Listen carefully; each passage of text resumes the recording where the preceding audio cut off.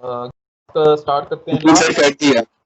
जी जी, last time हमने probability model तक पढ़ लिया था, ऐसे ही है जहाँ तक मुझे याद पड़ता है। Yes sir. तो थोड़ा सी रिवाइज कर लेते हैं लास्ट लेक्चर का। लास्ट लेक्चर में बेटा हमने कुछ टर्म्स पढ़ी थी, ठीक है। हमने टर्म पढ़ी थी एक्सपेरिमेंट की, सबसे पहली टर्म, ठीक है। फिर हमने बोले थे एक्सपेरिमेंट दो टाइप के होते हैं, डिटर्मिनिस्टिक और रैंडम, ठीक है।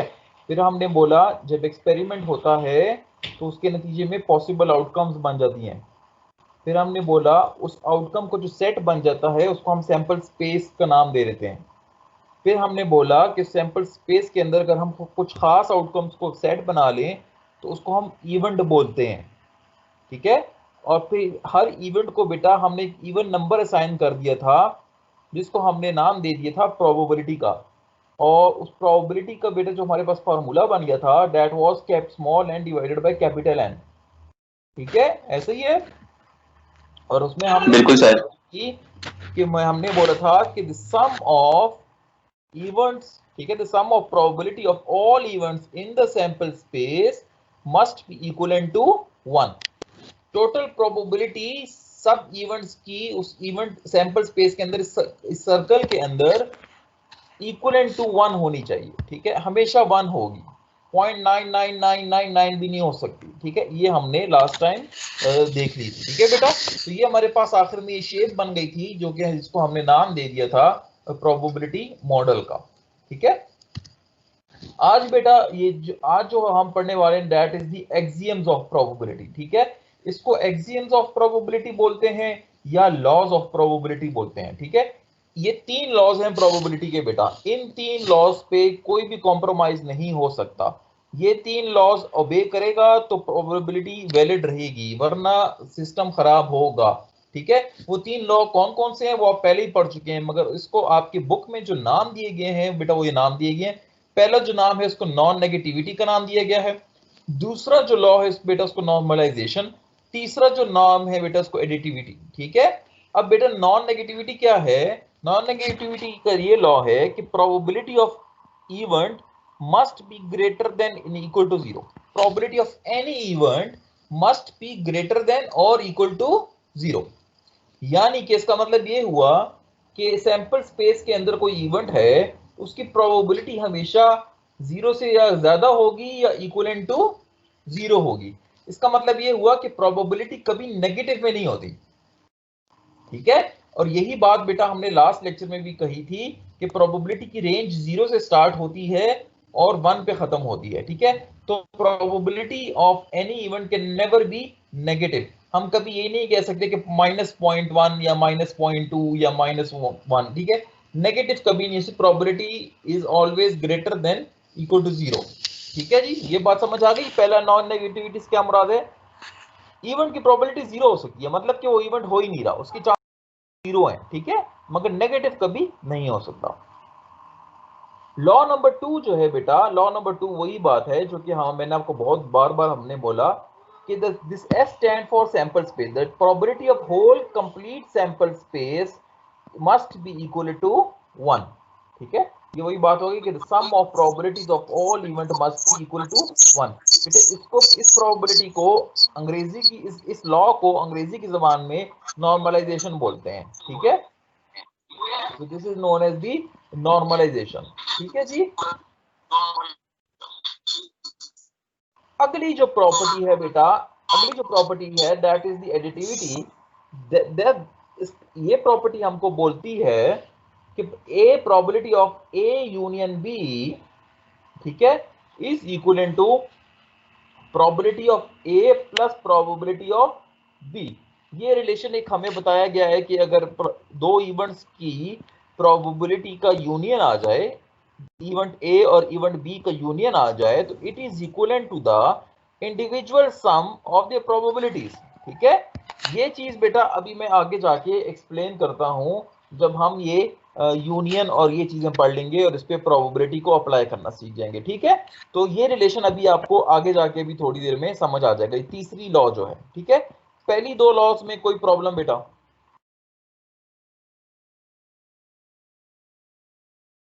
No sir. That's great.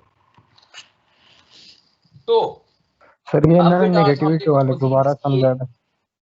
Ji sir ये नॉन नेगेटिविटी वाला जो है सर दोबारा समझा दे थोड़ा। नॉन नेगेटिविटी का मतलब होता है बेटा कि किसी भी इवेंट की प्रोबेबिलिटी कभी नेगेटिव में नहीं होती, हमेशा ग्रेटर देन और इक्वल टू जीरो। जीरो हो सकती है, जीरो से नीचे नहीं हो सकता। जीरो होने का क्या मतलब है कि वो इवेंट हो ही नहीं रहा, उसकी चांसेस ऑफ अकरेंस बिल्कुल जीरो है। आ गई समझ? यस सर, ठीक है सर। अब बेटा हमने कुछ टर्मिनोलॉजीज पढ़नी है जो कि प्रोबेबिलिटी हमारे बहुत ज्यादा यूज होगी। एक है बेटा कॉम्प्लीमेंट, ठीक है। अब कॉम्प्लीमेंट आप लोगों ने मेरे ख्याल में डीएलडी वगैरह हर जगह पढ़ा होगा। तो कॉम्प्लीमेंट ऑफ इवेंट ए क्या होगा बेटा कि अगर ये इवेंट ए है, ये जो आपके पास लिखा हुआ है, ठीक है, तो इसका कॉम्प्लीमेंट क्या होगा?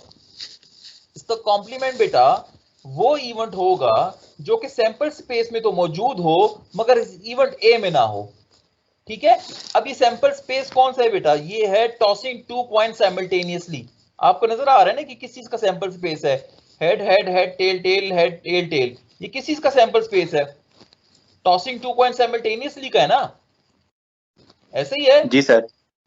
तो अगर ए ऐसा यस सर। इवेंट है, ठीक है बेटा, जिसमें एक हेड आना चाहिए, ठीक है, तो इवेंट ए का कॉम्प्लीमेंट क्या होगा? वो इवेंट जो कि सैंपल स्पेस में हो मगर ए में ना हो, तो वो बन जाएगा उसका एक कॉम्प्लीमेंट। समझ आ गई बेटा या नहीं?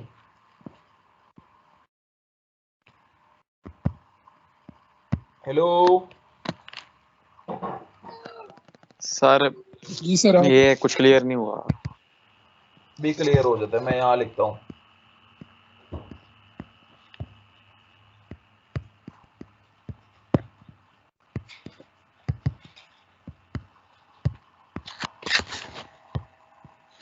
बेटा देखें, टॉसिंग 2 पॉइंट साइमल्टेनियसली का सैंपल स्पेस क्या बनेगा?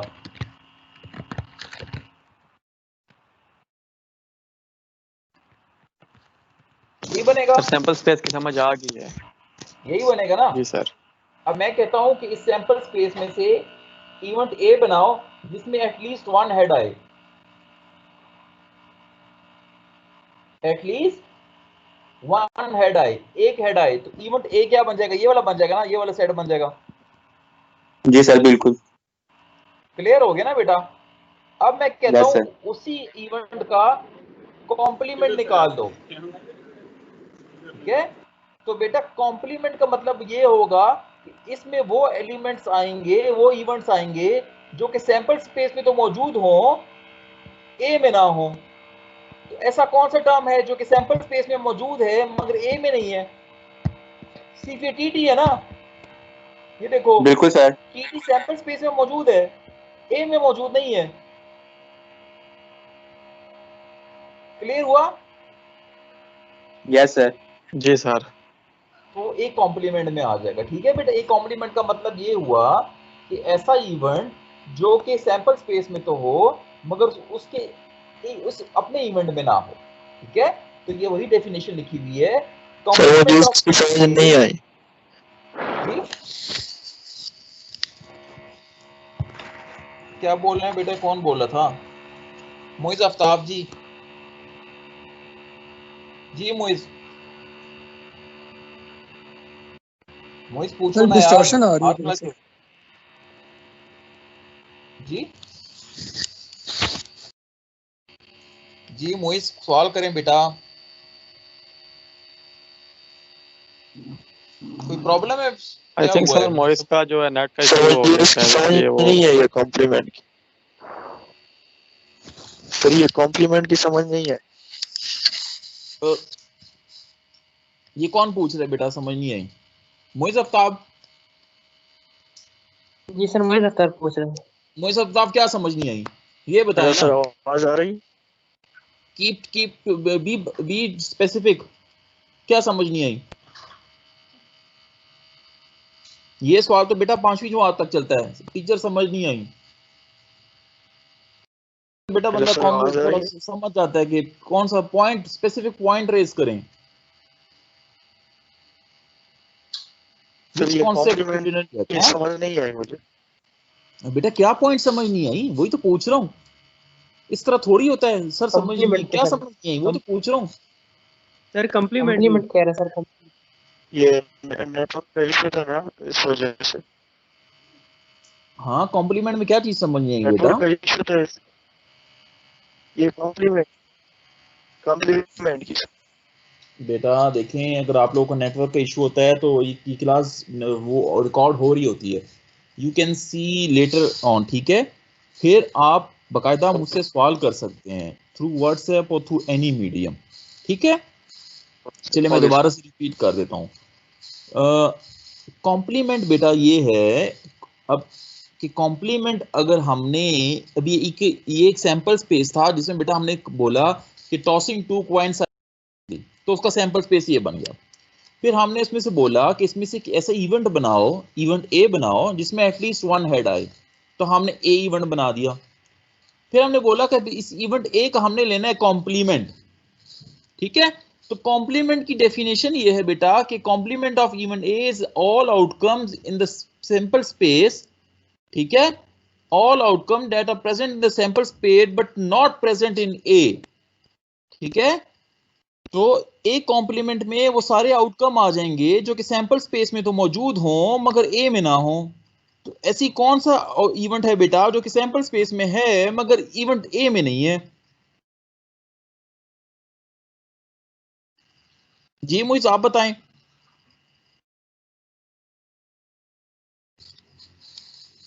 मोइस सुन रहे हो? हेलो मोइस फिर गायब हो गया।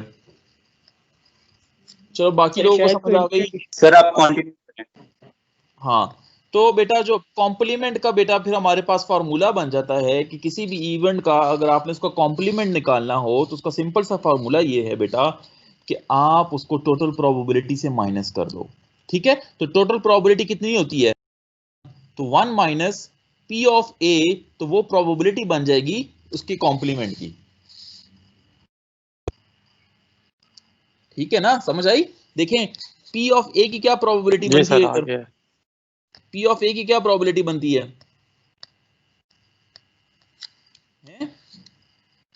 3/4 बनेगी ना। 3/4, वेरी 4/3 गुड, ठीक है।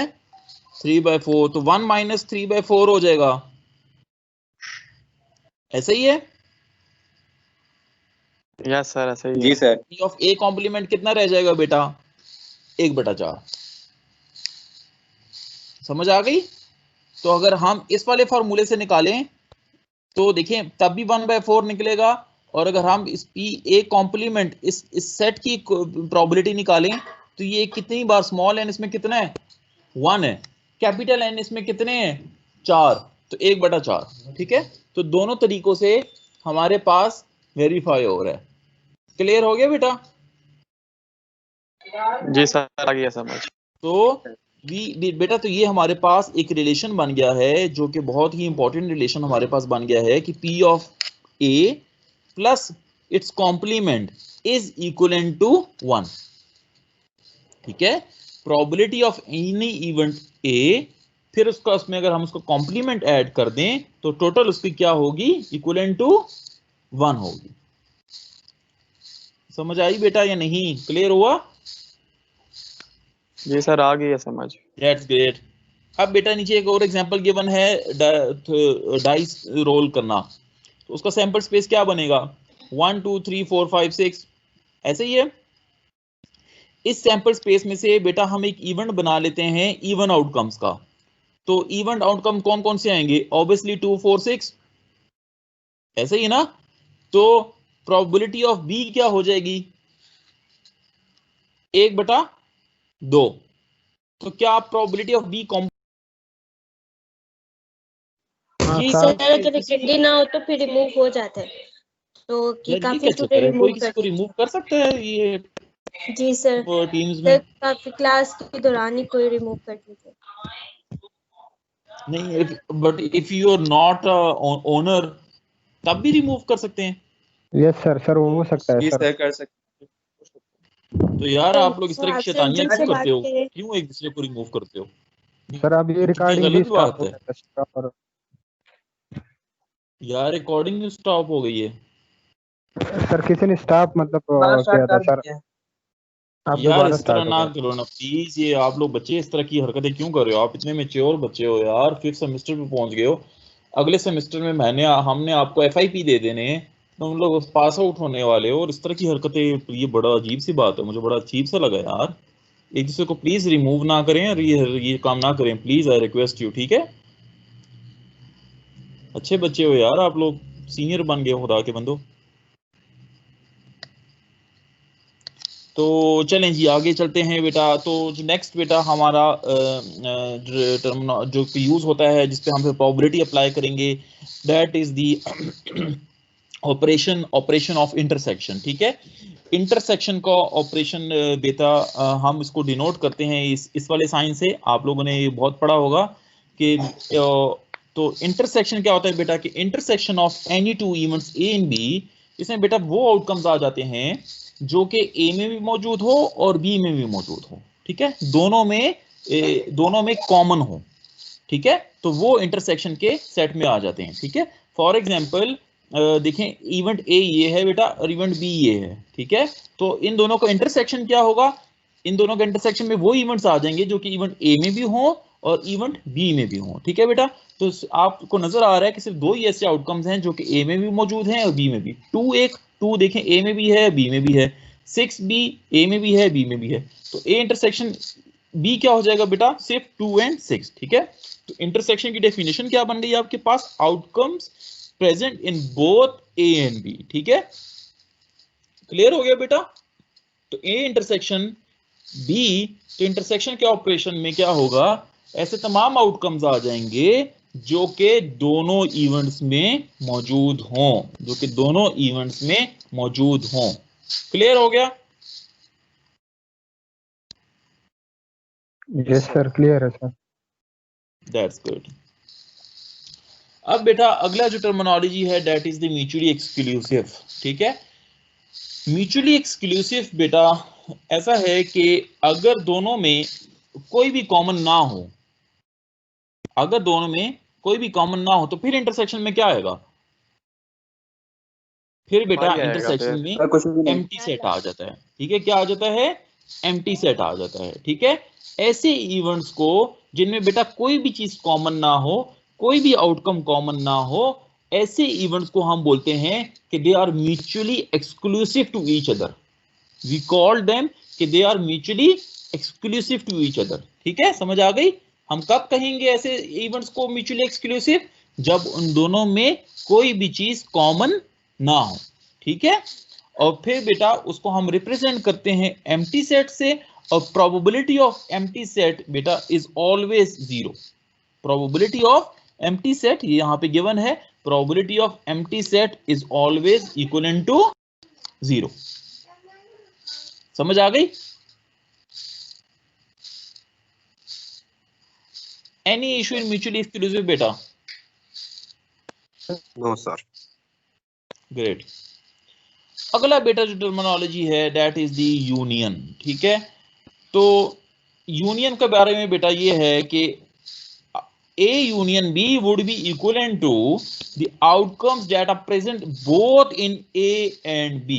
ठीक है, यूनियन में बेटा हम ये करते हैं कि जो भी A में मौजूद हो और जो भी B में मौजूद हो वो सारे के सारे इसमें आ जाते हैं। समझ आ गई? इधर बेटा और का वर्ड यूज होता है। यूनियन में देखिए और का वर्ड यूज होता है, आउटकम प्रेजेंट इन A और B और बोथ। ठीक है, और का वर्ड यूज होता है। और का वर्ड आपने और गेट भी यूज किया होगा इन DLD, जिसमें दोनों में भी से कोई एक 1 हो तो 1 हो जाता है। ठीक है, तो इधर भी बेटा और का गेट, और का वर्ड यूज हुआ हुआ है कि आउटकम्स प्रेजेंट इन A और B और बोथ। ठीक है, यानी कि सारे के सारे इवेंट्स जो हैं उस सेट में आ जाते हैं। ठीक है, अब ये देखें फॉर एग्जांपल इवेंट A है जिसमें 2 3 5 है। इवेंट सी में 1 6 है, ठीक है। दोनों में कोई भी कॉमन नहीं है, बहुत ही डिफरेंट है, ठीक है। 2 3 5 है, इधर 1 6 है। तो ए यूनियन सी क्या बनेगा बेटा, जो इवेंट्स ए में मौजूद हैं वो भी सारे आ जाएंगे, और जो सी में मौजूद हैं वो भी सारे आ जाएंगे। क्लियर हो गया बेटा? जी सर आ गया समझ। देखो इंटरसेक्शन में ना एंड का वर्ड यूज किया गया था, outcome present in both A and B, ठीक है। यूनियन में कौन सा वर्ड यूज किया गया, और का वर्ड यूज किया गया, और का वर्ड यूज किया गया। क्लियर हो गया, समझ आ गई ये चीज? अब बेटा ये एक मजे की एग्जांपल है, ये करते हैं, प्लीज आप लोगों ने इसको अच्छी तरह समझना है। ये बेटा आपके पास ना 3 इवेंट्स गिवन है, ठीक है। You can see that event a, event b, event c, ठीक है। एंड ये इवेंट्स देख के पता लग रहा है कि इनका सैंपल स्पेस जो है वो थ्रोइंग ऑफ डाइस है, ऐसा ही है ना, क्योंकि ये देखिए ये 1 2 3 4 5 6 तक जा रहा है, ठीक है। तो इनका जो Yes, सैंपल sir. स्पेस है that is throwing of dice, ठीक है। उस थ्रोइंग ऑफ डाइस से ये 3 इवेंट्स बन गए हैं बेटा, ए बी और सी, ठीक है। तो प्रोबेबिलिटी ऑफ ए कैसे निकलेगी, इसमें कितने स्मॉल एन है बेटा, 3 डिवाइडेड बाय सर इसकी टोटल 1/2 आ जाएगी। एग्जैक्टली। प्रोबेबिलिटी ऑफ बी कैसे निकालोगे बेटा, तो स्मॉल एन कितने इसकी हैं, 1/4 नहीं 3 कैपिटल 1/3। एन कितने हैं बेटा 6, सी की निकाल लो, तो स्मॉल एन कितने हैं 2, कैपिटल एन कितने हैं 6। तो आपने बारी बारी करके बेटा इन सब इवेंट्स की प्रोबेबिलिटी निकाल ली, प्रोबेबिलिटी ऑफ ए भी निकाल लिया, प्रोबेबिलिटी ऑफ बी भी निकाल लिया, प्रोबेबिलिटी ऑफ सी भी निकाल लिया। ठीक हो गया बेटा, समझ आ गई? अब सर ये ए ए में यूनियन सी का सेट क्या कैसे बन जाएगा, जो एलिमेंट ए में मौजूद हैं और जो एलिमेंट सी में मौजूद हैं वो सब के सब इसमें आ जाएंगे, ऐसा ही है ना, क्या ऐसे ही है अमजद? जी ऐसा ही है बेटा? जी सर। जी सर। तो अमजद अब इसकी प्रोबेबिलिटी फिर क्या होगी, इस सेट की प्रोबेबिलिटी क्या होगी, probability of A union C क्या होगी? सर मतलब ए और सी की जो प्रोबेबिलिटी है सर, हाँ, सर ए यूनियन सी की प्रोबेबिलिटी प्रोबेबिलिटी क्या होगी? सर 1 2 3 4 5 2 3 सर इसमें जो है ना सर कैपिटल एन जो है सर ये मतलब 6 5 है सर, स्मॉल एन 5 है, स्मॉल एन 5 है सर। जी सर। और कैपिटल 6 है, तो इसकी कैपिटल प्रोबेबिलिटी क्या हो जाएगी बेटा 5/6। 5 5 वेरी गुड 6। ठीक है। अब जी बेटा अगर हम एक्सियम्स ऑफ प्रोबेबिलिटी पे जाएं, ये वाला, तो वहां पे axioms of laws of probability या एक्सियम ऑफ प्रोबेबिलिटी हमें क्या बोलता था, लॉज ऑफ प्रोबेबिलिटी हमें बोलता था कि probability of A union B is equivalent to what, इसको हम लिख सकते हैं कि किसके बराबर है, probability of A plus probability of B, ऐसे ही है ना। तो सर यहाँ पर तो माइनस लिखा हुआ है स्लाइड में। माइनस लिखा हुआ है किधर सर बेटा? हमें तो माइनस नजर आ रहा है स्लाइड में, P of A minus P of B लिखा हुआ है। नहीं बेटा इधर प्लस सर है, प्लस नजर आ रहा है, प्लस है, सर प्लस।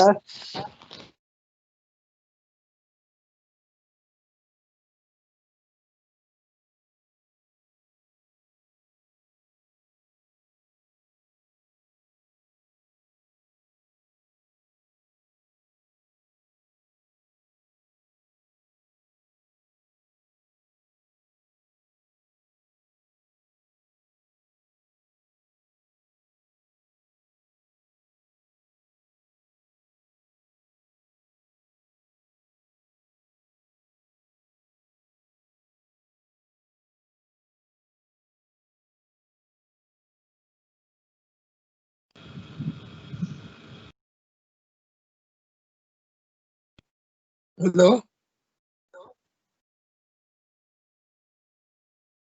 जी।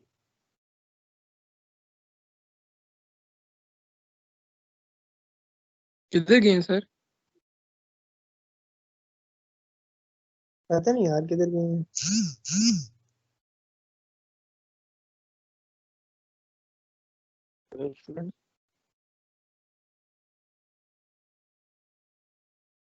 सर ये देख सारे 20 नहीं है यार।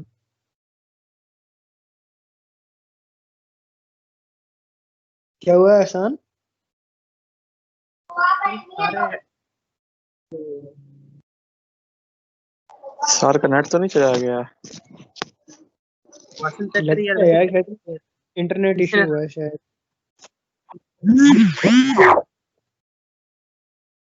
हम्म।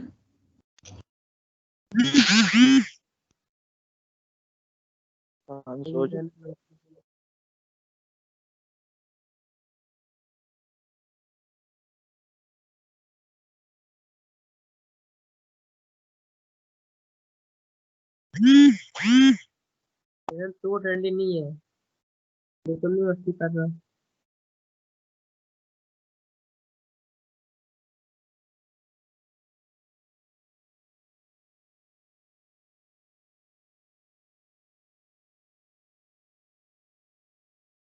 यार कोई सर को सर का मैसेज नेट करके जो है पूछो ना। वो सर के नेट की प्रॉब्लम हो गई है, तो सर कह रहे हैं कि मैंने कल मेकअप रखनी है 10 से ऑनवर्ड।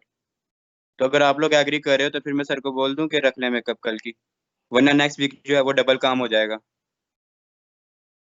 मेकअप नेक्स्ट को वीक सर छोड़ो यार। कल कल नहीं ही नहीं, अपने रख टाइम लें दियो। यार, कल रख लें। कल 10 यार बजे की ऑनलाइन मीटिंग रखने है, का क्या ठीक है? मसला है? रख कल रहे हैं। क्या अगर कल 10 मसला, बजे की घंटा ही मेकअप ना होगा रखी तो ज्यादातर। अगले वीक जो है वो डबल काम हो जाएगा, देख लो। विजिबल है बेटा आप लोगों को?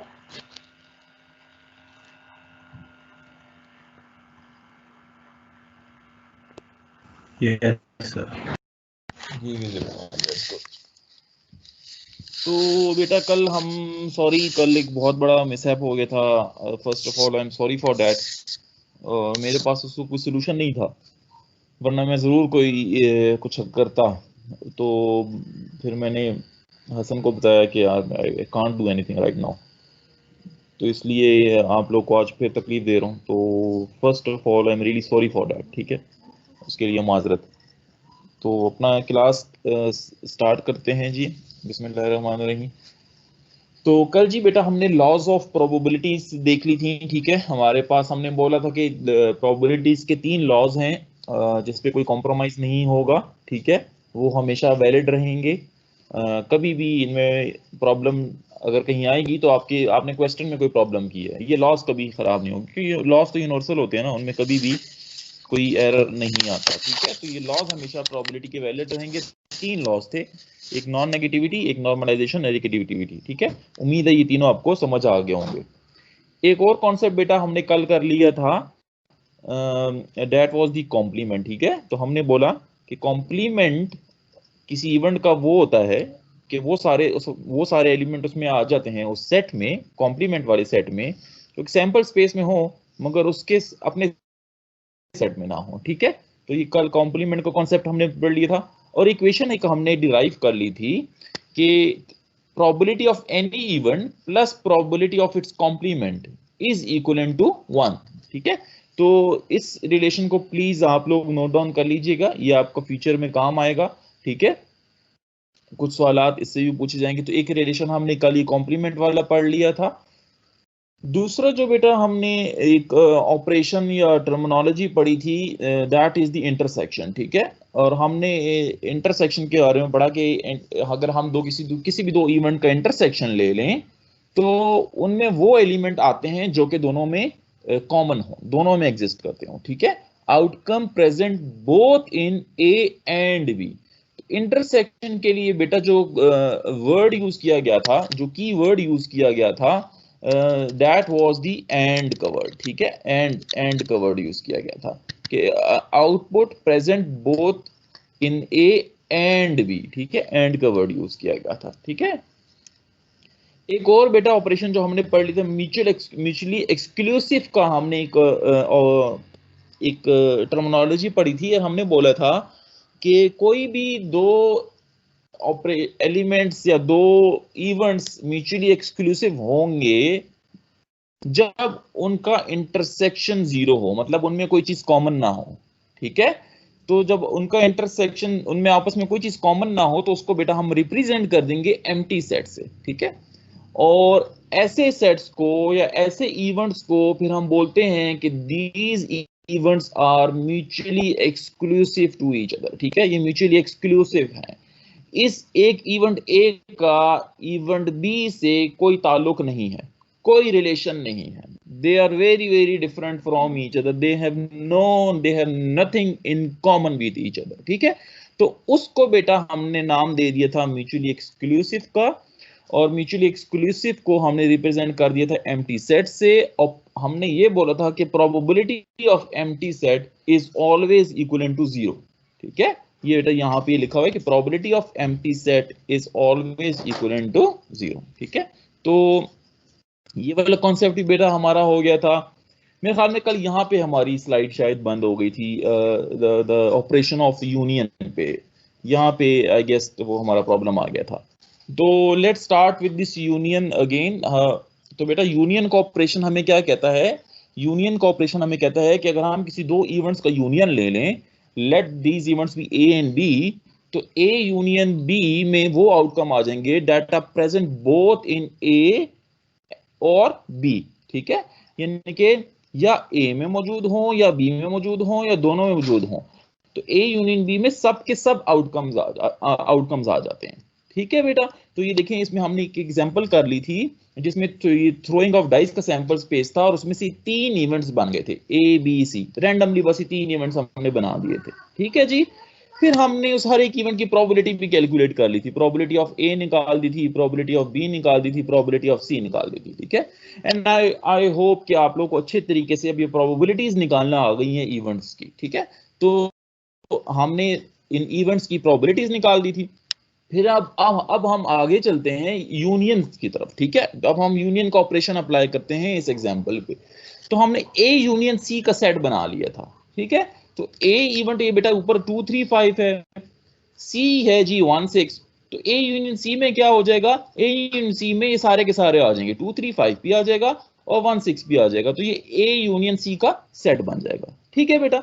अब जब इस ए यूनियन सेट की प्रोबेबिलिटी अगर हमने निकालनी हो, ठीक है, 1 मिनट, इसकी हमने प्रोबेबिलिटी निकालनी हो, तो भाई इसकी प्रोबेबिलिटी हम कैसे निकालेंगे, द वेरी सिंपल कि small n divided by capital n. तो in this set the small n is what 5 है ना, 5 आउटकम्स है, देखिए 1 2 3 4 5 है ना, और कैपिटल एन कितना है, सैंपल स्पेस इसका कितना है, डाइस का सैंपल स्पेस है, तो कैपिटल एन कितना है 6। तो बेटा इस सेट की प्रोबेबिलिटी आपके पास कितनी बन जाएगी, 5/6। किसी को बेटा कोई प्रॉब्लम यहां तक, फिर मैं आता कि आगे चलूं।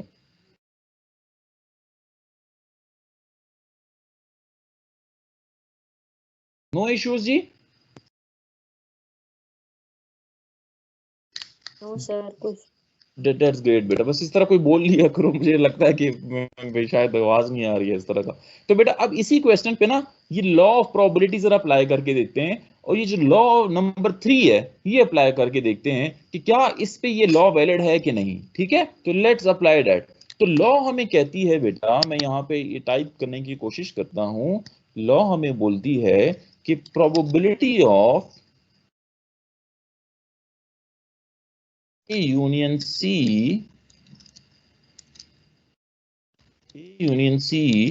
must be equal to probability of A plus probability of C। Law हमको ये बोलती है ना,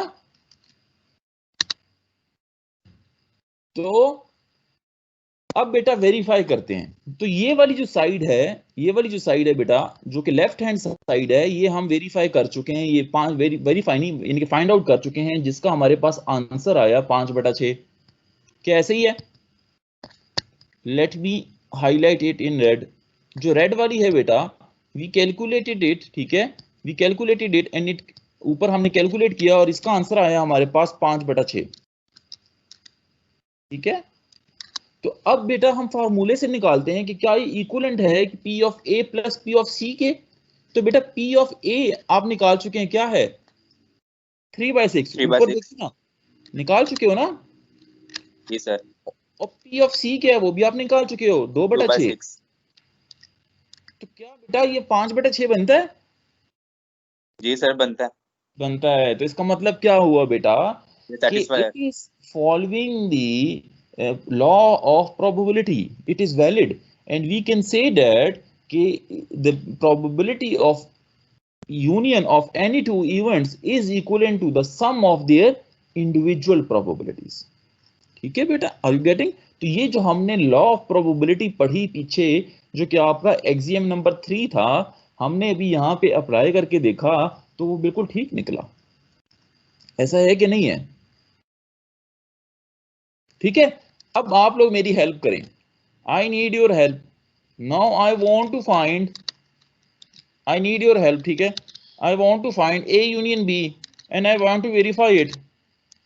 तो सबसे पहले A यूनियन B की प्रोबेबिलिटी निकालनी है, तो उसके लिए हमें क्या चाहिए होगा? उसके लिए हमें A यूनियन B का पहले सेट में निकालना होगा, ऐसे ही है ना?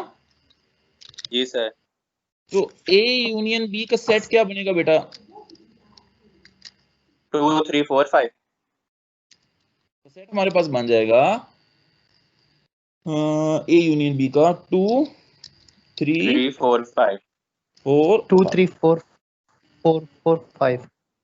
है जी, ये बेटा हमारे पास A यूनियन B का सेट बन जाएगा। ठीक है, तो अब बेटा इसकी प्रोबेबिलिटी निकालो। 2/3 है, तो इसकी बेटा बन जाएगी 4/6 या 2/3, सही कह रहे हैं। ठीक है जी, नाउ लेट्स चेक कि क्या ये लॉ को फॉलो करता है। तो अब इसकी राइट हैंड साइड क्या होगी बेटा? P A union B is equal to probability of A plus probability of B। Of A plus probability of B। जी लॉ हमको ये बोलती है ना। तो P ऑफ A निकाल चुके हैं आप लोग, 3/6 प्लस B की भी निकाल चुके हो 4/6। 2/6। क्या बना? क्या बना 5/6। बेटा? 5/6। तो ये तो 5/6 हो गया भाई, ये इक्वल ही नहीं आया। ये तो इक्वल नहीं आया। 2/6 आएगा सर। तो ये क्या हो गई? तो प्रॉब्लम हो गई भाई। यानी कि इसका मतलब है कि ऊपर तो लॉ फॉलो हो गई A यूनियन C के केस में, A यूनियन B के केस में लॉ फॉलो नहीं हुई। तो इसका मतलब है कि फॉर्मूले में कोई गड़बड़ है या लॉ में कोई गड़बड़ है। ये लॉ तो ठीक नहीं है भाई। नहीं सर जी sir please please raise your hand and let me see your hands first. कौन बताएगा क्या हुआ है? रेज योर हैंड जी। हसन रिकॉर्डिंग कर रहे हो ना? जी सर कर रहा हूँ। गुड गुड, चलें रेज योर हैंड। कौन बताएगा ये क्या हुआ है इस सवाल में? एनीवन?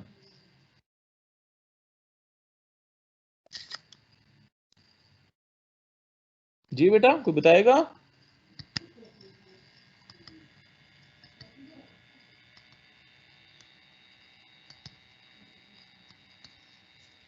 एनीवन? जमशेद नहीं आया? सर इसमें बेसिकली 5 दोनों में कॉमन आ रहा है ना, तो हमें एक में 5 लेना पड़ेगा, क्योंकि दोनों में अगर लेंगे तो फिर वो आंसर हमेशा गलत आएगा, क्योंकि गुड दोनों की यार, प्रोबेबिलिटी सम होकर आ रही होगी ना। गुड गुड, शाबाश, गुड गुड गुड नोमान। तो बेटा नोमान ने आपको आंसर दे दिया है। क्या आप लोगों को नोमान की आंसर समझ आई? नोमान कहता है कि भाई कभी भी इक्वल नहीं होंगे। रीजन ये है कि जब आपने ए यूनियन बी निकाला सेट, तो आपने 5 नंबर, ये 5 जो आउटकम है ये दोनों में था ना, मगर यहां पे आपने इसको एक बार काउंट किया, ऐसे ही है। मगर जब आपने प्रोबेबिलिटी ऑफ ए निकाला तो 5 को काउंट किया, जब प्रोबेबिलिटी ऑफ बी निकाला तो 5 को काउंट किया। तो यहां पे 5 को 2 दफा काउंट किया, समझ रहे हो? और उधर 5 को एक बार काउंट किया। तो मतलब कि प्रॉब्लम है भाई, 5 को क्या हुआ है, 5 को 2 दफा काउंट कर लिया गया है, दैट्स वाई ये इक्वल नहीं आ रही। ठीक है, तो ये मैं अब ये डिलीट कर देता हूं। तो बेटा अब आ जाते हैं हम इधर आंसर पे। ठीक है, तो ये इक्वल नहीं आ रही। इक्वल इसलिए नहीं आ रही कि because you have counted the 5, the outcome number 5 twice. ठीक है, on the right hand side you have counted the outcome number 5 twice. ठीक है बेटा, तो इसका मतलब ये हुआ कि जो हमारे पास ये रिलेशन है ये ए यूनियन बी में तो वैलिड नहीं था मगर ए यूनियन सी में वैलिड था। ठीक है, और रीजन ये थी कि बेटा आप देखें जो ए है और सी है इसमें कोई चीज कॉमन नहीं थी, मगर ए और बी में 5 जो था, 5 जो आउटकम थी वो कॉमन थी। ठीक है, तो बेटा इससे ये साबित हुआ कि जो हमारा ये रिलेशन बनता है वो रिलेशन ऐसे बनेगा कि probability of any two events A union B is equivalent to probability of A, probability of B minus probability of A intersection B। ये अब बेटा हमारे पास ट्रू रिलेशन आएगा। ठीक है, जो हमारा पहला लॉ था इसको मैं अब आपको यूं समझाऊं बेटा, जो हमारा पहला लॉ था जिसमें हम बोलते थे कि ये A union B is equivalent to probability of A plus probability of B। बेटा ये तब ही वैलिड है, ये तब ही वैलिड है जब A and B में कोई चीज कॉमन ना हो, when they are mutually exclusive। Mutually exclusive पीछे आया था ना, क्या था, जब उनमें कोई चीज कॉमन ना हो तब ही ये वाला फार्मूला वैलिड है बेटा।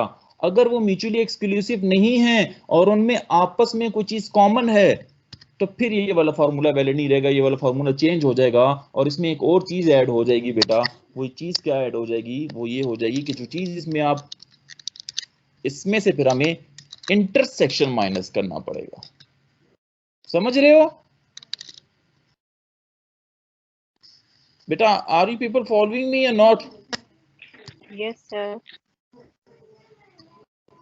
अब इंटरसेक्शन का साइन मुझे कहां मिलेगा, ये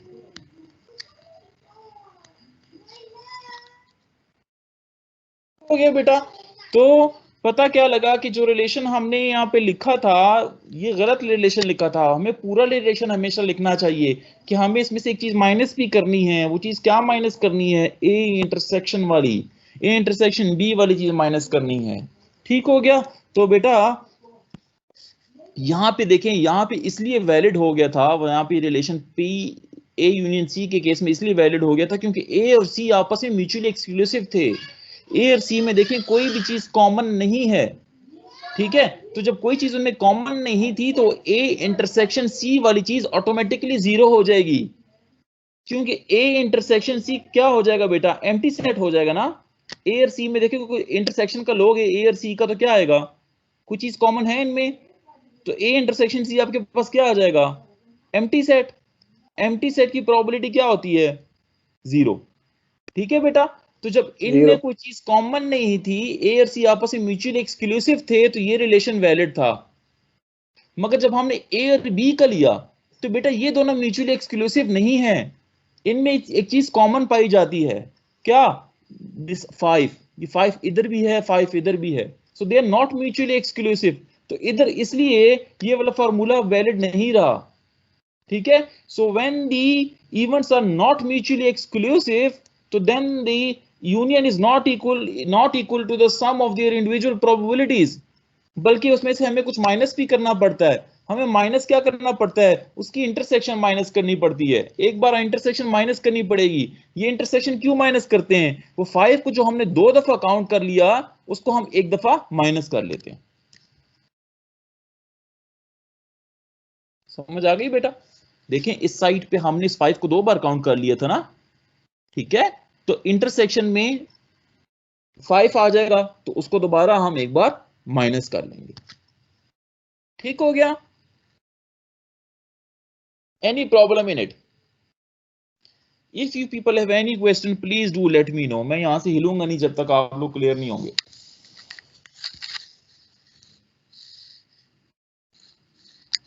ओपन टू क्वेश्चन, पूछें।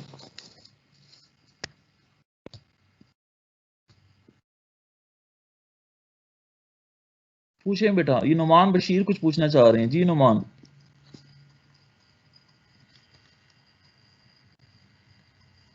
नुमान नहीं हैंड रेस किया। जी नुमान,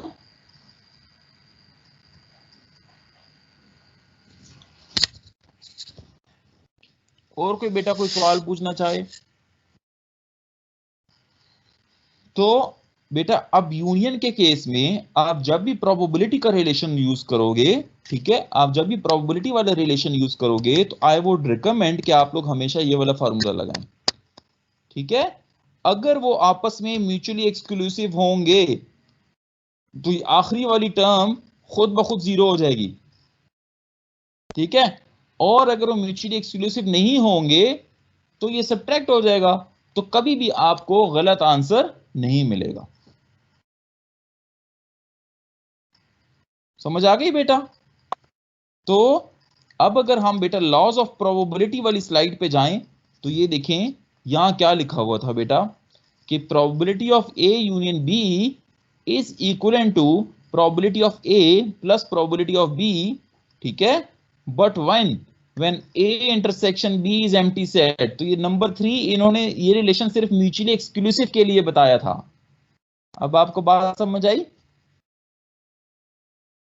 उन्होंने इफ का वर्ड लिख दिया है, if A intersection B is empty set, मतलब ए एंड बी आपस में म्यूचुअली एक्सक्लूसिव हैं, तो तब तो ये रिलेशन होल्ड करेगा। मगर अगर ये म्यूचुअली एक्सक्लूसिव नहीं है फिर ये रिलेशन होल्ड नहीं करेगा, फिर आपको इसमें से ए इंटरसेक्शन बी माइनस भी करना पड़ेगी। क्लियर है जी? Yes sir, clear. जी पक्की सर। बात है। कोई भी सवाल हो तो बेटा प्लीज पूछो, डोंट हेजिटेट, जितना पूछना है पूछो।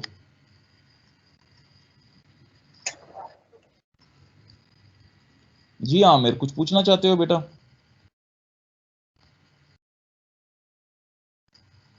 नहीं? आगे चलें फिर?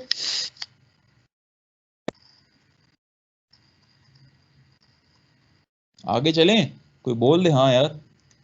Yes sir, yes. सर ये जी सर बोलें। वसीम कुछ पूछना चाह रहा है सर। जी कोई कुछ बोल रहा है जी बेटा। सर मैं वसीम। हाँ वसीम बोलो। सर मैंने हैंड रेज किया हुआ था काफी देर से, पता नहीं वो अटेंडीज का हैंड रेज जब करते हैं आपको होता है कि नहीं। खैर वसीम बोलो, बोलो बेटा, सॉरी। सर मैं ये पूछ रहा था, जैसे अब ये इंटरसेक्शन ए इंटरसेक्शन बी हमने उसमें से माइनस की है, ये स्टेप हमें बीच बीच में करना होगा, या अगर ऐसे कोई जैसे 5 यहाँ पे रिपीट हो रहा था तो हमने उसकी पहले वहां पे निकाली प्रोबेबिलिटी उसकी, तो वो गलत आ रही थी, फिर हमने इंटरसेक्शन ए इंटरसेक्शन बी की जो प्रोबेबिलिटी वो माइनस इसमें से की। माइनस करना जरूरी है या हम डायरेक्ट ही वहां से 5 को मिस कर दें सर, खुद ही उसकी प्रोबेबिलिटी निकालें ही ना, रिपीट ना करें? नहीं बेटा माइनस करना पड़ेगा ना आपको। देखिए वसीम बेटा, यहां बन गया आपके पास probability of A plus probability of B, ठीक है। तो ये हमारे पास बन गया था 5/6, ठीक है, जो कि इक्विवेलेंट नहीं था इस 4/6 के, ऐसे ही है ना। अब अगर बेटा मैं आपको कहूं कि मुझे ए इंटरसेक्शन बी का सेट बना दो, ए इंटरसेक्शन बी का सेट बना दो, तो क्या सेट बनेगा बेटा आप बताओ वसीम? ए इंटरसेक्शन बी का सेट क्या बनेगा? सिर्फ 5 आएगा। तो उसकी प्रोबेबिलिटी निकालोगे तो क्या निकलेगी बेटा? सिर्फ उस सेट की 1/6, 1/6 आएगी ना, क्योंकि एक ही एलिमेंट है। टोटल कितने हैं? 6, 1/6 आएगी ना। तो इसमें से 5/6 में से जब वो 1/6 माइनस कर लोगे वसीम, जी सर, तो 4/6 बन जाएगा ना। सर जी जी जी जी सर, ये जो दूसरा आपने फार्मूला बताया ये probability of A union B, sir इस दूसरे वाला फार्मूला ही सही है सर? क्योंकि पहले वाले केस में सर आंसर तो 0 आएगा अगर दोनों में कोई कॉमन ना हुआ तो। नहीं होगा।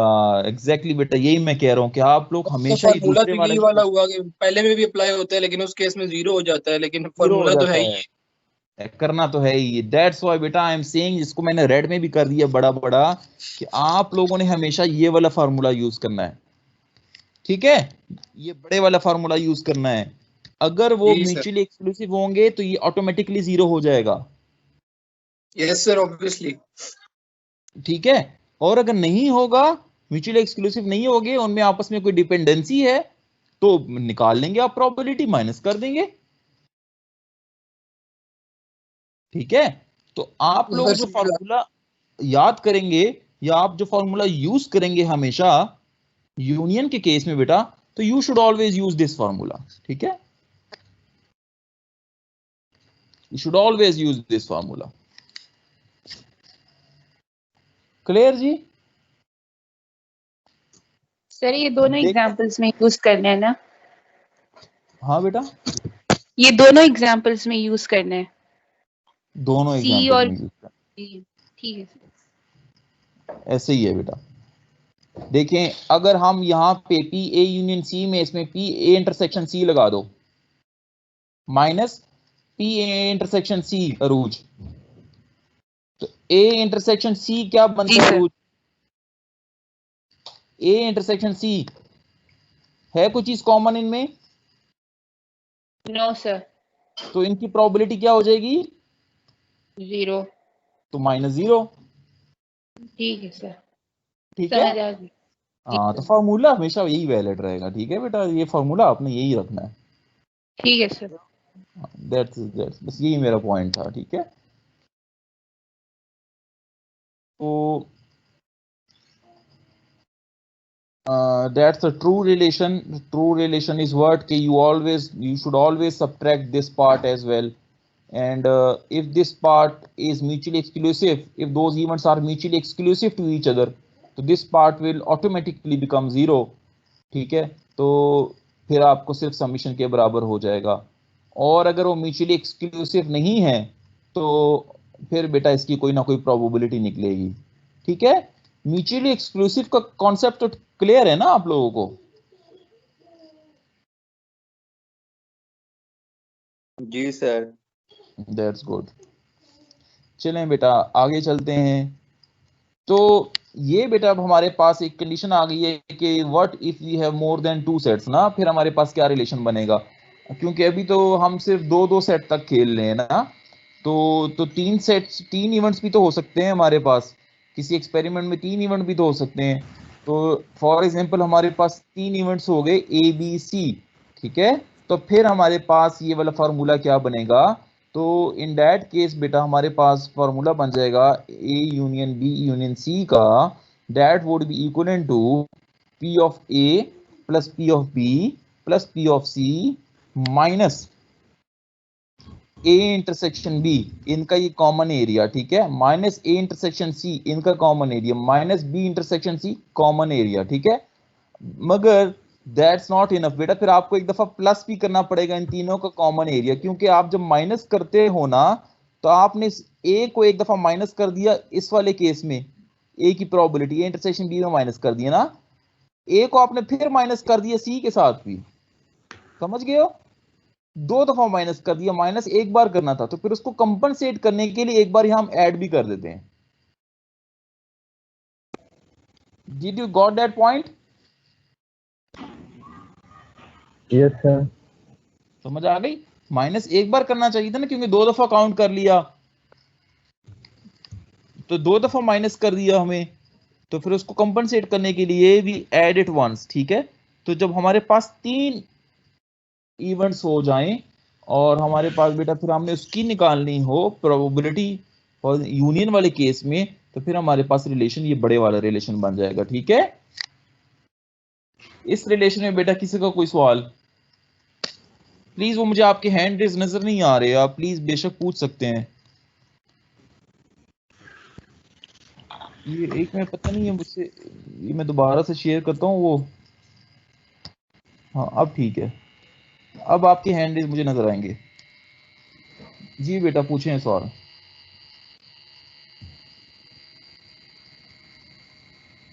जी Wasim, you want to ask something?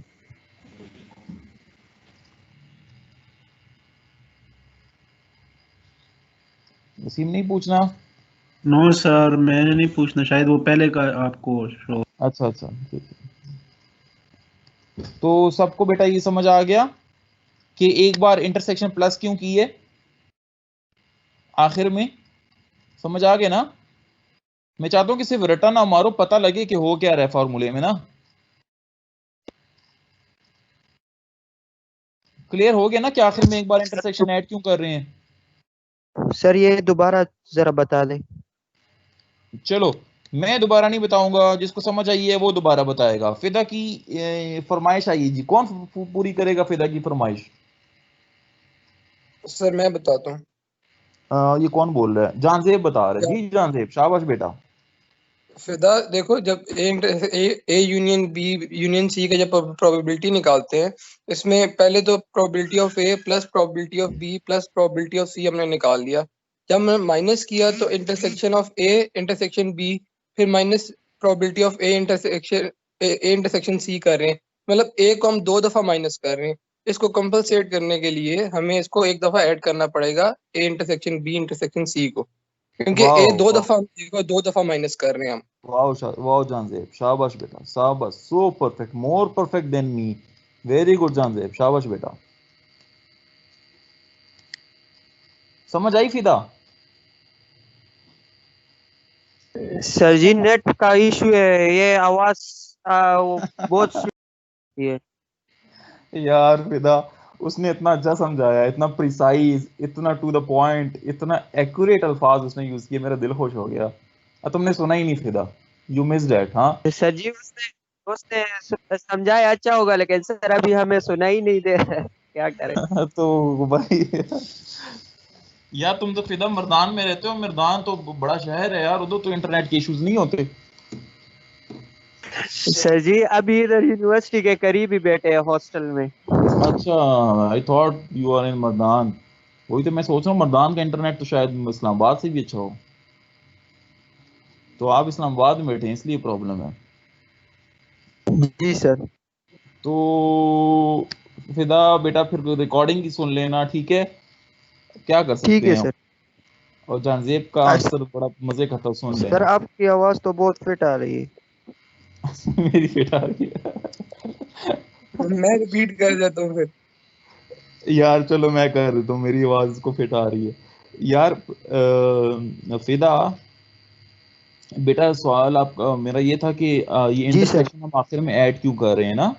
तो जानजेब ने इसका आंसर बेटा कुछ यूं दिया कि जब हम probability of A union B union C निकालेंगे तो हमने कहा कि it is equivalent to probability of A plus probability of B plus probability of C minus, ठीक है? अब हम माइनस करने लगे हैं, ठीक है? Probability of A intersection B minus probability of A intersection C.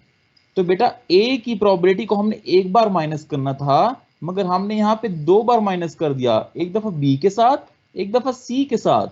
तो उसको एक बार माइनस करना था, हमने 2 बार माइनस कर दिया। तो उसको कंपनसेट करने के लिए फिर हमने दोबारा से उसकी एक बार प्रोबेबिलिटी ऐड कर दी। Same goes for all other elements B and C as well. अब समझ आई Fida? Yes sir, yes sir. That's good, that's good. चलिए बेटा आगे चलते हैं। बेटा ये स्लाइड ना बहुत बहुत इंपॉर्टेंट है, ठीक है? And I really need your people a lot of it. मुझे आप लोग की बहुत ज्यादा अटेंशन चाहिए इस स्लाइड पे, क्योंकि ये जो स्लाइड, ये दो वर्ड्स है ना, ये यहाँ पे 2 वर्ड्स को डिफरेंस समझाया गया है बेटा, एक म्यूचुअली एक्सक्लूसिव का और एक इंडिपेंडेंस इवेंट्स का। इनमें बहुत ही मामूली सा फर्क है, मगर ये फर्क बहुत प्रॉब्लम क्रिएट करता है। ये लिटरली लोग प्रोबेबिलिटी का कोर्स पास कर जाते हैं, फिर भी उनको ना इन दो का फर्क पता ही नहीं होता। और ये बहुत इंपॉर्टेंट है आपके लिए, ये बहुत तंग करेगा आपको, ये जो ये 2 वर्ड्स हैं। तो प्लीज आपको ना इन दोनों वर्ड्स में डिफरेंस अभी से समझना है, क्योंकि कल जब आपको मैं सवालात दूंगा, अभी हम एग्जांपल्स भी करेंगे, आपको बुक की एक्सरसाइज में से भी प्रॉब्लम दूंगा, तो या वर्ड यूज हुआ होगा इंडिपेंडेंट इवेंट्स, या वर्ड यूज हुआ होगा कि इवेंट्स आर म्यूचुअली एक्सक्लूसिव। तो बेटा दोनों में बहुत बड़ा फर्क है, ठीक है? प्लीज तो आप लोग इस फर्क को समझें, इसलिए मैंने खास तौर पे इस स्लाइड बनाई ताकि आप लोगों को दोनों में फर्क पता लगे, ठीक है बेटा? इंडिपेंडेंस इवेंट्स वो इवेंट्स होते हैं, ठीक है, are those events in which the probability of one event does not interfere with the probability of other event. समझ रहे हो? Are those events in which the probability of one event does not interfere with the probability of other event। मतलब इसका ये हुआ बेटा कि दो इवेंट अगर इकट्ठे हो रहे हैं, ठीक है, मगर वो दोनों इकट्ठे हो सकते हैं, मगर एक की प्रोबेबिलिटी दूसरे की प्रोबेबिलिटी पे कोई इफेक्ट नहीं डालेगी। वो दोनों इवेंट एक दूसरे से इंडिपेंडेंट हैं। उस एक इवेंट का दूसरे इवेंट से कोई ताल्लुक नहीं है। वो एक इवेंट दूसरे इवेंट पे कोई इफेक्ट नहीं डालेगा। समझ रहे हो?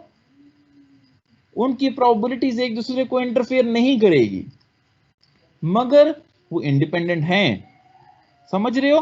तो उनके केस में, उस इंडिपेंडेंट के केस में बेटा हमारे पास एक रिलेशन बनता है कि A intersection B is equivalent to product of their probabilities. Probability of A intersection B is equivalent to probability of A multiply by probability of B। This relation बेटा hold only for those events which are independent. और independent को हमने कैसे define किया कि they can happen at same time but the probability of one event won't interfere with the probability of other event। Mutually exclusive क्या है? अब mutually exclusive भी कुछ इसी तरह का है। हम कहते हैं कि एक इवेंट का दूसरे इवेंट से कोई ताल्लुक नहीं होता, ठीक है, मगर बेटा उसमें यह है कि म्यूचुअली एक्सक्लूसिव में the events can not happen at same time. वो उनका बिल्कुल दूर दूर तक एक यानी कि वो एक टाइम पे भी नहीं हो सकते। इसको मैं यूं समझाने की आपको बेटा कोशिश करूंगा। मैं जरा सर्कल्स बना देता हूं, 1 मिनट।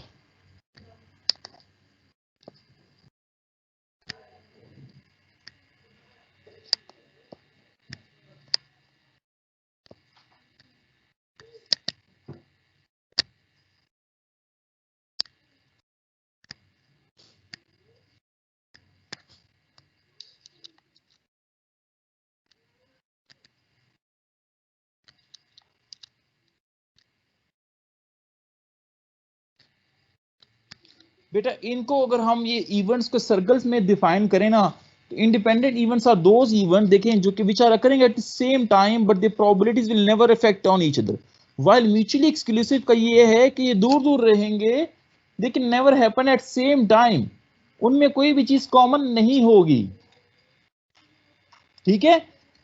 अगर इंडिपेंडेंट में कॉमन हो सकता है, मगर वो एक दूसरे पे कोई इफेक्ट नहीं डालेंगे। अब समझ आई बेटा?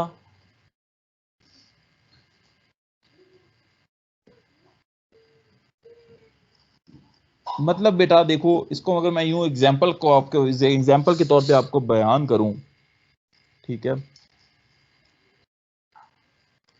तो एग्जांपल के तौर पे हम ऐसे बयान करेंगे कि आगे एक एग्जांपल आ भी रही है, वो मैं आपको, चलें वो उसको देखेंगे, मगर अभी एग्जांपल के तौर पे ऐसे बात करेंगे बेटा कि इंडिपेंडेंट इवेंट्स ऐसे इवेंट्स होंगे कि फॉर एग्जांपल एक एरिया है, वहां पे आपको मोबाइल फोन कवरेज दे रहे हैं, ठीक है, यानी कि जोंग का भी दे रहा है और यूफोन का भी दे रहा है एक ही एरिया में। तो Jong will never interfere with Ufone. वो दोनों इकट्ठे अपना अपना काम करेंगे, ठीक है, उनका आपस में कुछ कॉमन चीजें भी होंगी, मगर एक की प्रोबेबिलिटी दूसरे की प्रोबेबिलिटीज को अफेक्ट नहीं करेंगी। वो हो गए बेटा हमारे पास इंडिपेंडेंट इवेंट्स। आगे समझ बेटा? म्यूचुअली एक्सक्लूसिव क्या होता है? ठीक है बेटा, जिनमें कोई चीज कॉमन हो ही ना, ठीक है, जिनमें कोई भी चीज कॉमन हो ही ना। फॉर एग्जाम्पल मैं कहूं कि बाहर बारिश हो रही है, ठीक है, और बारिश का, और मैं अंदर खाना नहीं खाऊंगा, तो बारिश का खाना खाने के साथ कोई ताल्लुक है? वो बिल्कुल एक दूसरे से अलग अलग है ना। तो इसलिए उन दैट केस बेटा उनकी इंटरसेक्शन इक्विवेलेंट टू 0 हो जाती है म्यूचुअली एक्सक्लूसिव में, ठीक है, मगर इंडिपेंडेंट के केस में it is not equivalent to 0 but it is equivalent to the product of their individual probabilities. समझ आ गई बेटा? तो जहां पे बेटा इवेंट्स के लिए म्यूचुअली एक्सक्लूसिव का वर्ड यूज हुआ हो तो वहां पे आपने इंटरसेक्शन को, उनकी probabilities of A intersection B को 0 ले लेना है, और जहां इंडिपेंडेंट इवेंट्स का वर्ड यूज हुआ हो कि the events are independent of each other, तो उस इंडिपेंडेंट का मतलब ये नहीं होगा कि वो म्यूचुअली एक्सक्लूसिव है। होता ये है बेटा कि कुछ बच्चे उस इंडिपेंडेंट वर्ड को समझ लेते हैं कि उनका आपस में कोई ताल्लुक नहीं है, तो उसमें कोई चीज कॉमन ही नहीं है, तो उसको म्यूचुअली एक्सक्लूसिव समझ लेते हैं, तो उधर भी ए इंटरसेक्शन बी को 0 के इक्विवेलेंट ले लेते हैं। तो मेरे कहने का मतलब ये है कि वहां पे आपने ये गलती नहीं करनी। इंडिपेंडेंट इवेंट का मतलब हरगिज नहीं है कि म्यूचुअली एक्सक्लूसिव। इंडिपेंडेंट मतलब है कि उनकी प्रोबेबिलिटीज एक दूसरे को अफेक्ट नहीं करती, और उधर रिलेशन बन जाता है A intersection B is equal to probability of A into probability of B. Clear sir? सिर्फ फॉर्मूले? Yes sir. बेटा अब आप लोग के सवाल, no you can ask me any question. बस मेरा ये पॉइंट था कि कंफ्यूजन नहीं करनी है आपने, इंडिपेंडेंट को म्यूचुअली एक्सक्लूसिव के साथ कंफ्यूज नहीं करना। अगर कहीं पे इंडिपेंडेंट का वर्ड है तो डायरेक्ट आपने उसकी प्रोबेबिलिटी 0 नहीं लिख देनी, उसकी प्रोबेबिलिटी हरगिज 0 नहीं है। इंडिपेंडेंट में और म्यूचुअली एक्सक्लूसिव के वर्ड में फर्क है, ठीक है? बस that's what I mean to say. तो इंडिपेंडेंट के केस में हमारे पास अब हमने क्या रिलेशन पढ़ लिया बेटा, ये रिलेशन भी आप लोग प्लीज आप लोगों ने याद कर लेना है कि probability of A intersection B is equal to probability of A into probability of B, but only when the events are independent of each other, ठीक है? Independent of each other, not mutually exclusive। जी बेटा पूछें सवाल। Excuse me sir. जी जी जी जी अमजद पूछ। सर हम अच्छा फिदा पूछ। जी फिदा।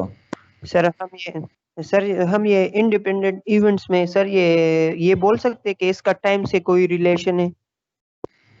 टाइम से? जी सर। नहीं बेटा, टाइम से तो कोई ताल्लुक नहीं है। इंडिपेंडेंट का मतलब ये है कि बस एक की प्रोबेबिलिटी दूसरे पे इफेक्ट नहीं डालेगी, एक इवेंट दूसरे को मुतासिर नहीं करेगा। जी सर, लेकिन ये इवेंट्स एट अ टाइम नहीं होगा सर? एट अ टाइम भी हो सकते हैं, बस एक दूसरे को तंग नहीं करेंगे। अच्छा सर, म्यूचुअली एक्सक्लूसिव रहेगी भी और नहीं भी रहेगी। ठीक है सर। और म्यूचुअली एक्सक्लूसिव का तो ये है कि दूर दूर तक कोई ताल्लुक ही नहीं है ना। जी जी सर। ठीक है, ठीक है सर, समझा। बस ये वर्ड्स क्वेश्चंस में आए ना तो ये टर्मिनोलॉजीज को मिक्स ना कर देना। म्यूचुअली इंडिपेंडेंट इवेंट्स को भी म्यूचुअली एक्सक्लूसिव में ना काउंट कर देना, 0 ना कर देना उसको, उसको 0 बिल्कुल नहीं है। उसके लिए फिर आपको ये रिलेशन यूज करना पड़ेगा बेटा कि probability of A intersection B is equal to the product of their individual probabilities. Sir ji Amjad. Sir ये इक्वेशन बिल्कुल सेम है सर जिस तरह हमने लास्ट स्लाइड में पढ़ा था, लेकिन इसमें प्रोडक्ट है सर, और उसमें हम जो कॉमन टर्म थे सर वो माइनस कर देते सर, और इसमें मतलब हम माइनस नहीं करते सर। तो ये थोड़ा समझा दे सर। मोइज वो बेटा वो जो था वो रिलेशन यूनियन के लिए था, ये इंटरसेक्शन के लिए। ऑपरेशन में फर्क है। वहां पे हमने बोला ये अमजद ने क्वेश्चन किया। जी जी कौन बोल रहा है? अमजद ने ये क्वेश्चन किया है आपसे। जी अमजद समझ नहीं आ रही यार, क्या कह रहे हो? नहीं सर ठीक हो गया सर। अच्छा आपका भी यही सवाल था जो मुझे पूछ रहा था? नहीं सर, क्वेश्चन तो मैं नहीं पूछा सर। अच्छा अच्छा, आप दोनों कटे बैठे हैं कहीं पे? No sir. अच्छा अच्छा, तो फिर कैसे? चलो अच्छा अच्छा। सर इनके डिफरेंस सिर्फ रिलेशन में है बस, सिर्फ, और फिनोमिना दोनों का एक है। फिनोमिना बेटा मतलब जो डिफिनीशन से होते हैं ना, देखो वर्ड जो है ना बेटा, जो अंग्रेजी के लफ्ज है ना, इंडिपेंडेंट का मतलब भी ऐसा लगता है कि कोई ताल्लुक नहीं है एक दूसरे से ना। जी जी सर। अंग्रेजी का वर्ड अगर मैं सिर्फ गौर करें आप लोग, तो इंडिपेंडेंट का मतलब है कि भाई जाओ तुम, हम एक दूसरे से इंडिपेंडेंट हैं, हमारे एक दूसरे से कोई ताल्लुक नहीं है ना। तो जहन जी में सर। आता है कि उस केस में भी ए इंटरसेक्शन भी 0 होना चाहिए। जी सर। हम उसको भी सही। म्यूचुअल एक्सक्लूसिव की तरह लेना चाहते हैं, मगर ओ, यही मेरा कहने का मकसद है कि नहीं, वो दो डिफरेंट चीजें हैं। इंडिपेंडेंट इवेंट्स में इंटरसेक्शन 0 नहीं होती, उनकी प्रोबेबिलिटीज का इंटरसेक्शन 0 नहीं होता, बल्कि product of the individual probabilities होता है। क्योंकि इंडिपेंडेंट इवेंट्स का हरगिज मतलब ये नहीं है कि वो म्यूचुअली एक्सक्लूसिव हैं, ठीक है? ये दोनों डिफरेंट जी टर्म्स हैं। That's what I mean to say, please इसको समझें। ओके सर, समझ गए इसलिए सर। इसलिए मैंने थैंक बोला यू। कि मैं स्लाइड पे इन दोनों वर्ड्स पे ज्यादा टाइम लगाऊंगा और ये दोनों चीजों को अच्छी तरह समझाऊंगा, क्योंकि दोनों चीजें इंपॉर्टेंट हैं आपके लिए। ये ना हो कि कहीं इंडिपेंडेंट इवेंट्स का वर्ड्स आ जाए और आप उसको म्यूचुअली एक्सक्लूसिव ट्रीट करने लग जाएं। इंडिपेंडेंट इवेंट्स के लिए बेटा फिर आपको ये ऊपर वाला रिलेशन यूज करना पड़ेगा कि the probability of A intersection B is equal to the product of their individual probabilities. Okay sir, समझ गए। Thank you.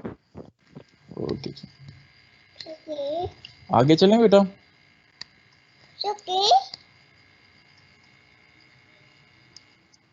तो एक एग्जाम्पल करते हैं बेटा। अब आप लोग प्लीज ये एग्जाम्पल खुद करोगे और मुझे इसके जवाब दोगे, ठीक है?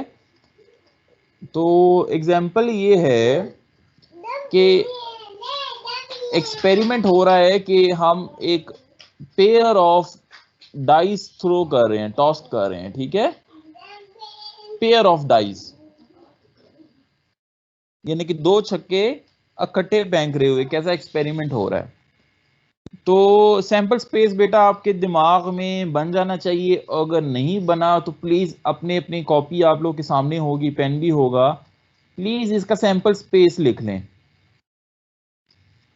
सैंपल स्पेस लिख लें when a pair of fair dice is tossed. और ठीक है, दो छक्के इकट्ठे फेंक दिए गए, इसका सैंपल स्पेस कैसे बनेगा आपको पता होना चाहिए ना। इसका सैंपल स्पेस प्लीज अपने पेजेस पे लिख लें।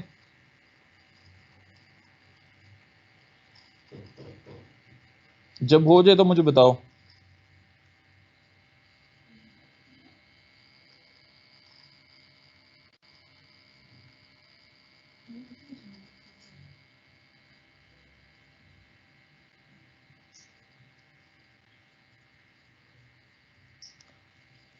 लिख लिया सबने?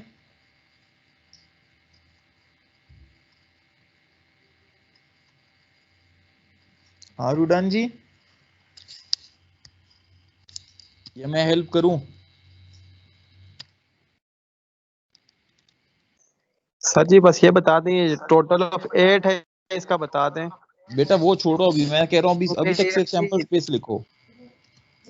टोटल ऑफ 8 पे इसमें जाते हैं असल अभी। में सर 36 है ना टोटल। सैंपल स्पेस लिख लिया? सर सैंपल स्पेस इसका आ रहा है 1 1 1 2 1 3 इस तरह से। एग्जैक्टली नजर आ रहा है स्लाइड पे जो मैं लिख रहा हूं? एक मिनट सर 36 बनेगी ना जी सर?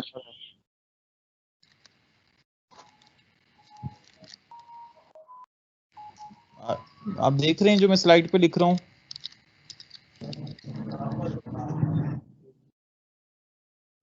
यस सर, ये 6 तक जाएगा। सर बना सर ये दिए सैंपल स्पेस से का 36 बनेगा ना टोटल। इसी तरह नहीं चलता जाएगा, ठीक है? ठीक है।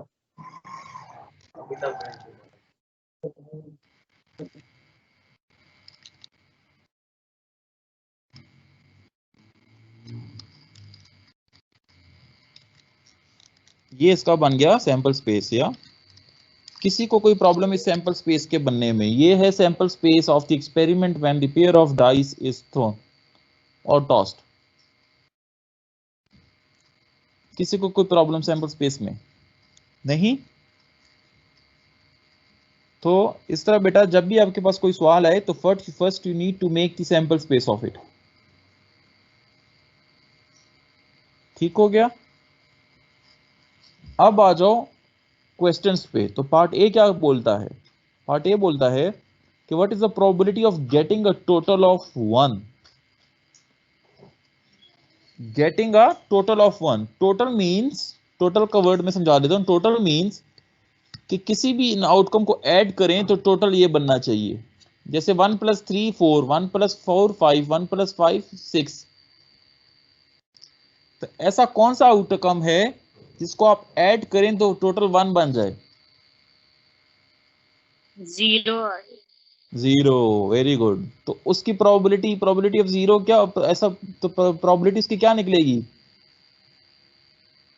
ऐसा कोई इवेंट है ही नहीं, एम्प्टी सेट है ना, तो उसकी प्रोबेबिलिटी क्या हो जाएगी? 0। वेरी गुड अरूज। बाकी सब लोगों को समझ आ गई? जी सर। और second part, what is the probability of ये नॉट कवर्ड, अभी हटा। What is the probability of getting a total of 8?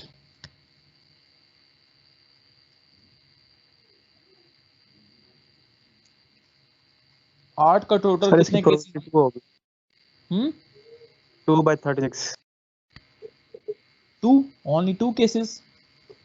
4 4 6 2 sir 4। कौन बताएगा यार, सही से बताओ ना। सर जी 4 4 है, 6 2 है और 2 6 है। इसका 5 3 3 5 4 4 6 2 2 6। हाँ तो टोटल कितने हुए? 5 डिवाइड बाय 30। तो आपका आंसर क्या हो जाएगा? 5 डिवाइडेड बाय 36। मुझे नहीं पता 5 है, आप लोगों ने सही काउंट किया है, 5 ही है। 8 देखे ना, 8 कहाँ बनता है? 4 4 बनता है, 6 2 बनता है, 2 6 बनता है, 3 5 बनता है, 5 3 बनता है। तो ये कितने हो गए?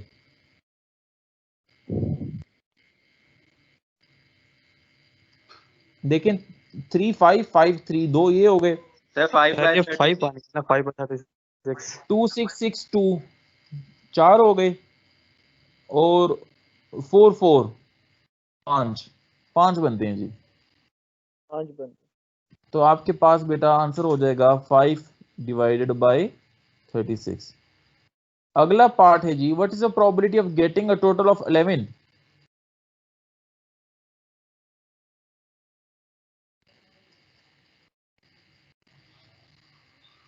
बताएं जी। बस 5 6 और सर 2 है। सर 2/36। 2 है, 5 6 और 6 5। 6 5, वेरी गुड। तो बेटा बन सर जाएगा इसके कितना? दो ही 2 बेटा। बनेंगे। 2/36। 5 6 और 6 1 बन रहा है। 5 6 और 6 5 बनेगा। एग्जैक्टली। तो 2/36 मतलब 1/18। Very good. अब अगर मैं एक यहाँ पे वर्ड ऐड कर दूं, what is the probability of not getting a total of 11?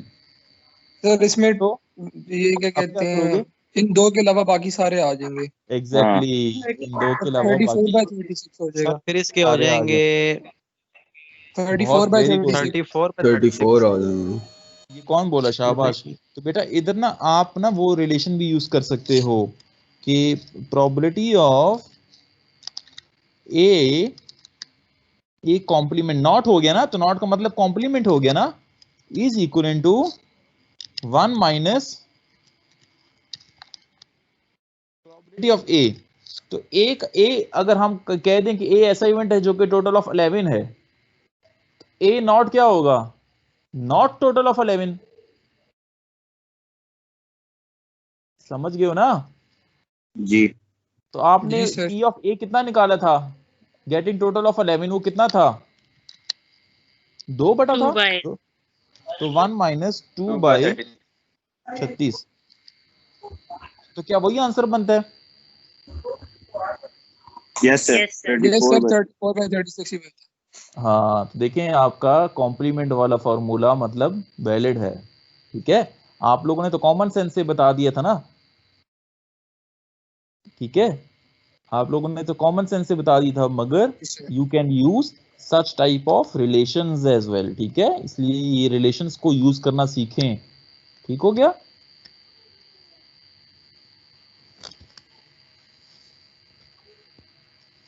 समझ आ गई बेटा? Any problem?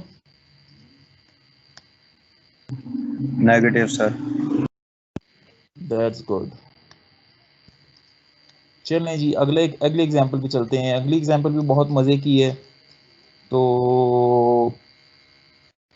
अब आप लोगों ने ही करना है, ठीक है बेटा। सिनेरियो कुछ इस तरह का है इस एग्जाम्पल में कि 3 mobile companies A, B and C provide a cell phone coverage in a certain rural area, ठीक है।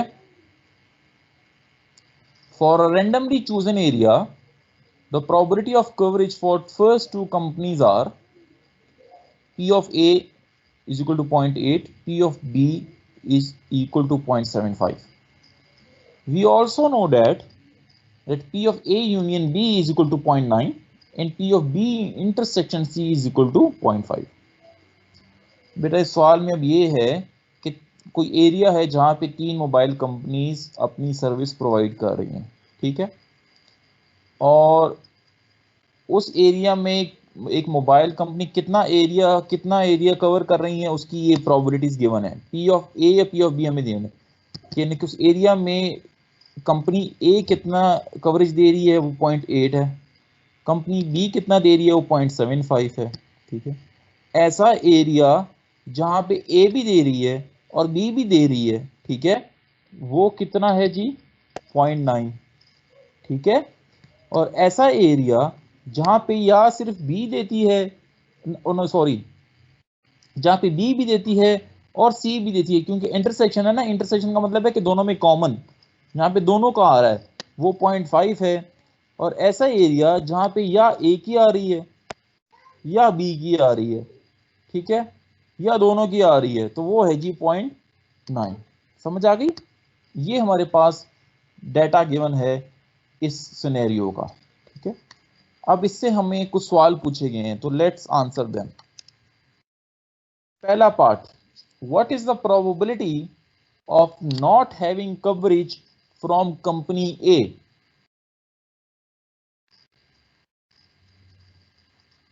कौन बताएगा?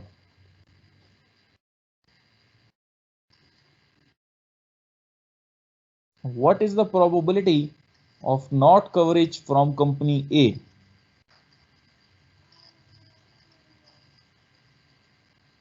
सर इसकी 0.45 होगी। ये सवाल था और जवाब ये, यानी कि जो डाटा गिवन है उधर आपसे सवाल पूछा गया है। अब सोच समझ के बताएं, what is the probability of not having coverage from company A?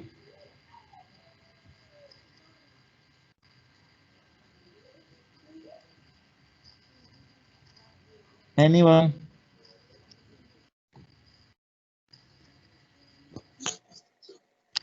Sir ये बी इंटरसेक्शन सी वाला है 0 पॉइंट। देखें बेटा, आपके पास of not having coverage A from company A का मतलब क्या हुआ? ए कॉम्प्लीमेंट हो गया ना। प्रोबेबिलिटी ऑफ ए क्या थी कि covering area covered by company A, तो not company A, not covered by A क्या हो जाएगा, ए कॉम्प्लीमेंट हो जाएगा ना। तो probability of A complement is equal to 1 minus 0.8 A. P of A आपको गिवन है, ये देखें 0.8, तो 1 माइनस 0.8 0.2। वेरी गुड, तो आपके पास आ जाएगा 0.2। वेरी गुड, शाबाश। क्लियर हुआ सबको? देखें कितना आसान था।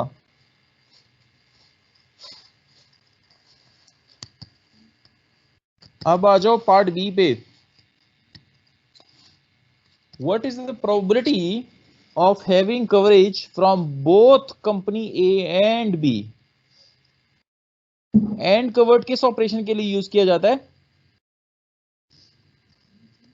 आप लोग बताएं, मैंने बड़ा एम्फसाइज करके बताया था आपको। इंटरसेक्शन के लिए सर। इंटरसेक्शन के लिए यूज किया जाता है। तो आपसे क्या पूछा जा रहा है? आपसे पूछा जा रहा है कि आप निकाल के दो इंटरसेक्शन, ठीक है जी। ए इंटरसेक्शन बी, यस, आपसे पूछा जा रहा है कि ए इंटरसेक्शन बी निकाल के दो।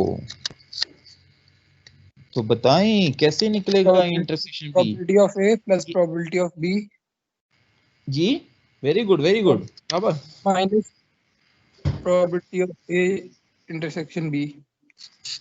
गुड यार, ये कौन बोला? जावेद। Jahanzeb, very good. तो क्या आप लोग नहीं समझते कि हम ये रिलेशन यूज कर सकते हैं ये निकालने के लिए?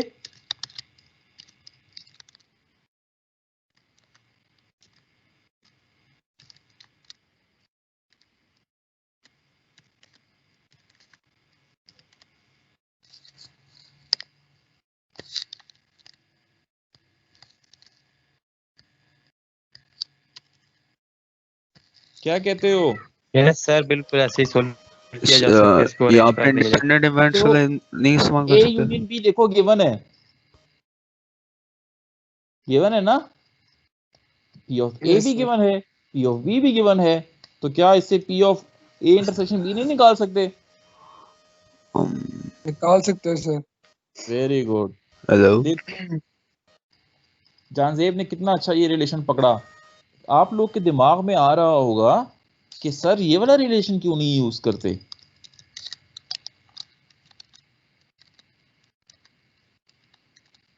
ऐसे ही है ना कि दिमाग में आ रहा है आपके कि सर ये वाला रिलेशन क्यों नहीं यूज करते? ये येलो वाला बताएं, मैंने ये वाला क्यों नहीं यूज किया? सर इसके बारे में हमारे पास क्लियर इन्फॉर्मेशन नहीं है कि ये इंडिपेंडेंट है या इंडिपेंडेंट है कि म्यूचुअली नहीं है? एक्सक्लूसिव है। वेरी गुड, वेरी गुड, शाबाश यार, आई एम वेरी इम्प्रेस्ड, माशाल्लाह आप लोगों की क्लास बहुत अच्छी है। Very good, because it is not, it is never mention anywhere, question में कहीं भी मेंशन नहीं है कि ये these are independent of each other. अगर ये कहीं पे लिखा होता ना इंडिपेंडेंट का वर्ड, कि the companies are the companies the or the coverage covered by companies are independent of each other, तो फिर बेटा प्रॉब्लम हो जाती, फिर आप ये वाला रिलेशन यूज कर सकते थे। वेरी गुड, शाबाश शाबाश। तो समझ आ गई एग्जांपल? किसी को कोई problem? No sir. That's great जी, दैट्स ग्रेट, दैट्स ग्रेट। तो बस बेटा आज के लिए इतना ही, ठीक है। Here we end our chapter. कुछ बेटा मैं ना प्रैक्टिस प्रॉब्लम्स और एग्जांपल्स आप लोगों को करने दूंगा जो आप लोगों ने करने हैं, ठीक है? वो मैं आपके सीआर के साथ शेयर कर दूंगा। मोलेम पर शेयर कर दे। अच्छा, मॉलम पे शेयर कर दूं, चलो मैं मॉलम पे शेयर कर दूंगा। एक स्लाइड्स भी, स्लाइड भी शेयर कर देता हूँ। तो मैं ना बल्कि इसी स्लाइड में ना यहाँ पे मैं लिख देता हूँ, ठीक है? तब ये स्लाइड शेयर करूंगा। Okay sir. मैं यहाँ पे बल्कि अपने लिए लिख लेता हूँ ताकि मुझे याद रहे। मैंने प्रैक्टिस प्रॉब्लम यहाँ पे ना, प्रैक्टिस प्रॉब्लम्स यहाँ पे लिख दूंगा उस बुक से ना। तो वो कुछ एग्जांपल्स होंगी, कुछ एंड प्रॉब्लम्स होंगे, तो प्लीज वो लाजमी कर लीजिएगा ताकि आप लोगों का, आपको पता चले कि रिलेशंस हमें सर कैसे आपने बुक यूज करने शेयर हैं। की? हाँ बुक आपने शेयर की है ये सॉफ्ट में? जी जी बेटा, ये मैंने हसन के साथ आई गेस शेयर कर दी थी या नहीं की? हाँ वो मैंने सिग्नल्स की थी, सॉरी शायद। सर ये और भी मोलेम पर आप बस सिग्नल तो मैं पढ़ा नहीं रहा, तो उसका तो चलो